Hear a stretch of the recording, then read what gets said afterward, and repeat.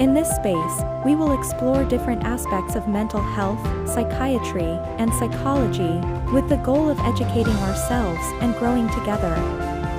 We will discuss topics such as anxiety, depression, stress, self-esteem, resilience, and much more, always focused on providing updated information based on scientific and apprend. Our goal is for you to learn how to take care of yourself, so that you can live a fulfilling and happy life. So join us on this journey of learning and personal growth, and let's build a community that promotes mental health and well-being. Welcome to Apprend. Welcome to a new episode of our podcast, where we discuss relevant topics about mental health, psychiatry, and psychology with the aim of educating, growing, and overcoming the stigma associated with mental health problems. Today, we will address a delicate but extremely important topic: suicide and its prevention. Suicide is a reality that affects millions of people and their loved ones worldwide, and talking openly and honestly about this issue is essential to promote understanding and empathy. In this episode, we will explore the statistics and risk factors associated with suicide, discuss various prevention approaches and strategies, and highlight the fundamental role of community and support networks. Joining us for this conversation is Dr. Jorge Franco, a psychiatrist and expert in the treatment and prevention of mood disorders and suicidal behavior. Our purpose is to provide information based on scientific evidence and create a safe space to talk about a topic that needs to be addressed with sensitivity and respect. Join us in this valuable conversation, and together, let's contribute to creating a more empathetic and conscious environment around mental health and suicide prevention. Understanding suicide. Let's first talk about some important statistics. According to the World Health Organization, nearly 800,000 people die by suicide every year worldwide, which is equivalent to one person every 40 seconds. It is essential to highlight that suicide is the second leading cause of death among young people aged 15 to 29. Now, let me mention the main risk factors. The risk factors associated with suicide are diverse and may vary depending on the individual and their context. Some of these factors include mental health disorders such as depression, bipolar disorder, and post-traumatic stress disorder, substance abuse, social isolation, bullying, and discrimination, as well as exposure to traumatic situations or negative life events. It is essential to note that these risk factors are not absolute, and not everyone who experiences them has suicidal thoughts or attempts suicide. Nevertheless, it is crucial to be alert to the risk factors and provide support to those who face them. What are the warning signs? Learning to identify the warning signs of suicide can be vital in preventing an attempt.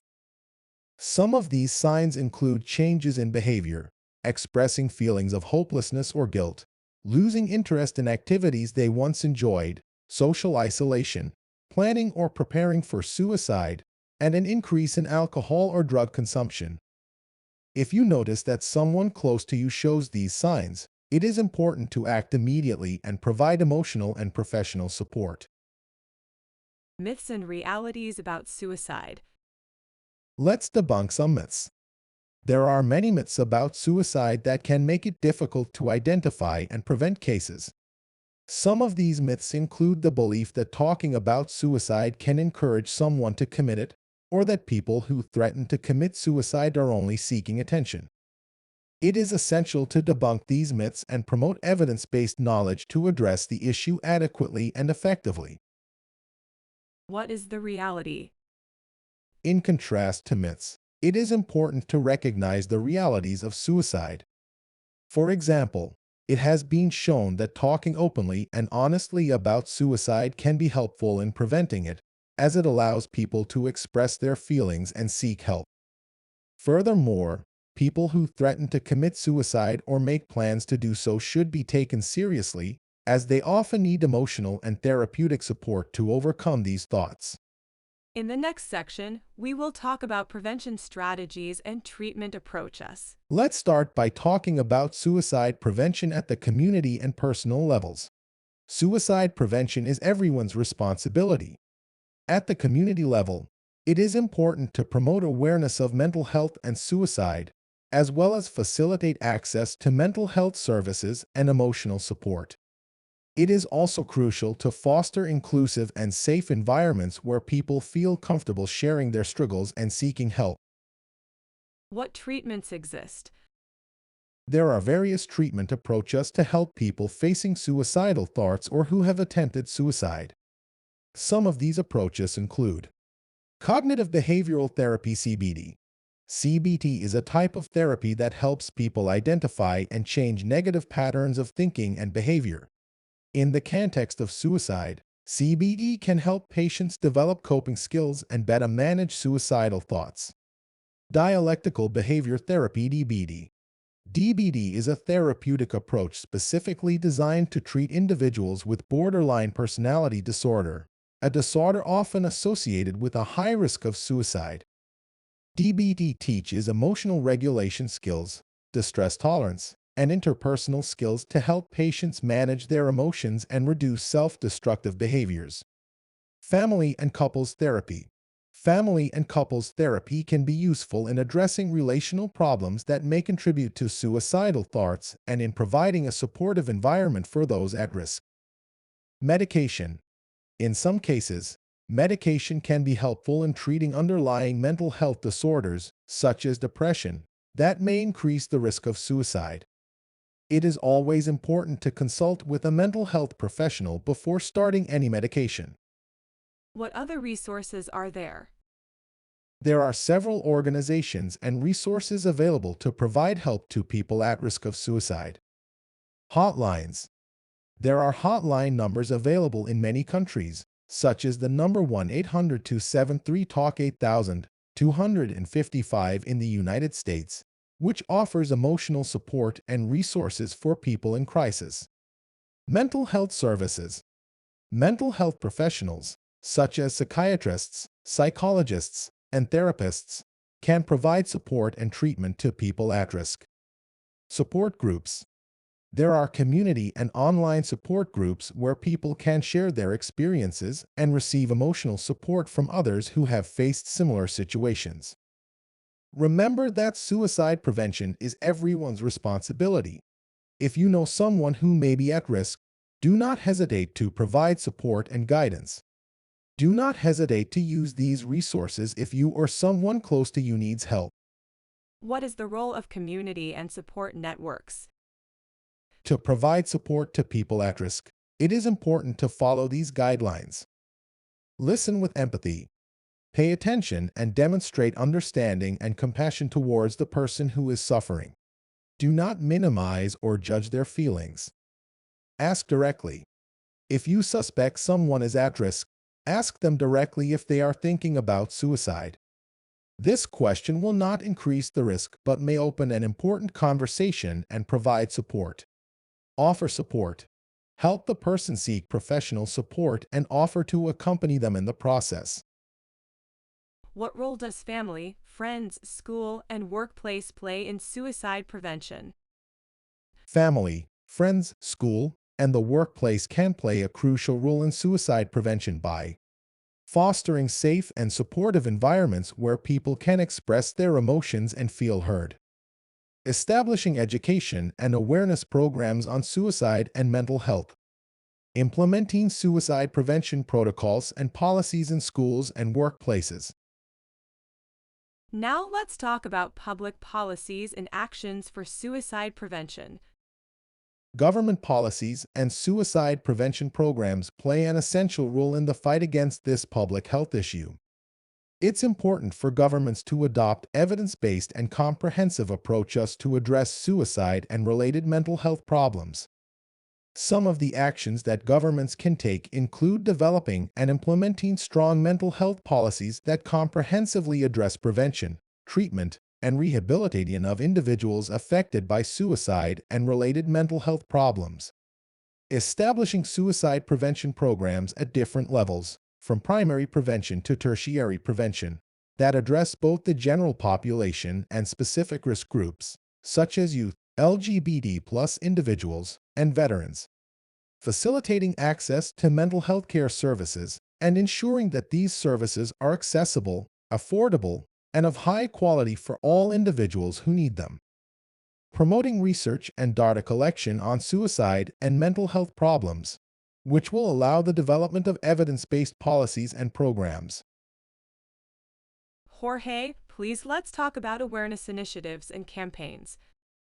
Awareness initiatives and campaigns can significantly contribute to suicide prevention by informing and educating the population about the importance of mental health and the need to act in situations of risk. Some actions that can be taken include organizing awareness events and activities in schools, workplaces, and communities that inform and educate about suicide, its risk factors, and ways to prevent it. Using media and social networks to disseminate prevention and mental health promotion messages and to combat the stigma associated with mental health problems and suicide. Encouraging collaboration between governmental, non-governmental, and community organizations in the development and implementation of awareness and suicide prevention campaigns. Supporting individuals affected by suicide, such as survivors of attempts and family members of individuals who have died by suicide, by providing them with resources and safe spaces to share their experiences and receive support.